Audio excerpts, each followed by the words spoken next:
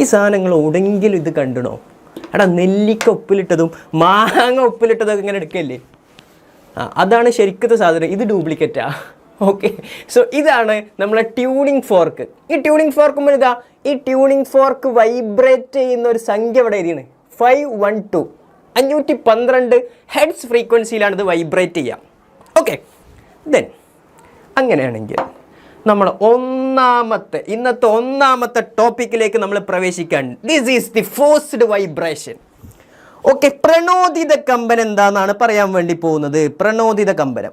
Okay, പ്രണോദിത കമ്പനം. Okay, so പ്രണോദിത കമ്പനം എന്താണെന്ന് പറയാൻ പോവാണ്. ഫോഴ്സ്ഡ് വൈബ്രേഷൻ എന്ന് പറഞ്ഞാൽ ഞാൻ ഒരു ഒബ്ജക്റ്റ് കൊണ്ട് മറ്റൊരു ഒബ്ജക്റ്റിൽ ഇടിച്ചാൽ എൻ്റെ ഈ ഒബ്ജക്റ്റിൻ്റെ വൈബ്രേഷൻ കാരണം മറ്റൊരു ഒബ്ജക്റ്റ് വൈബ്രേറ്റ് ചെയ്താൽ അതിനെ പറയുന്ന പേരാണ് ഫോഴ്സ്ഡ് വൈബ്രേഷൻ. പ്രണോദിത കമ്പനം.